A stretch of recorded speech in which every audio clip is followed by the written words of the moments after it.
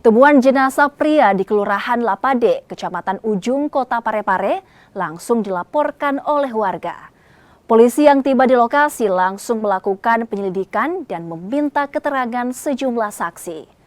Menurut warga, korban masih terlihat pada malam hari saat mengkonsumsi minuman keras tradisional jenis balo. Dari hasil pemeriksaan polisi, tidak ditemukan tindak kekerasan di tubuh korban. Dugaan sementara, korban terjatuh di saluran pembuangan air akibat mabuk. Kini jenazah korban dibawa ke rumah sakit untuk penyelidikan lebih lanjut. Mendatangi TKP, ternyata betul adanya ada sosok mayat di dalam got. Setelah itu kami laporkan ke Bapak Kapolres, kemudian tim Inavis turun melakukan identifikasi.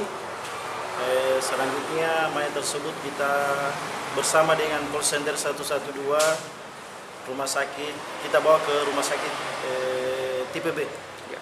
Kalau dugaan sementara itu apa?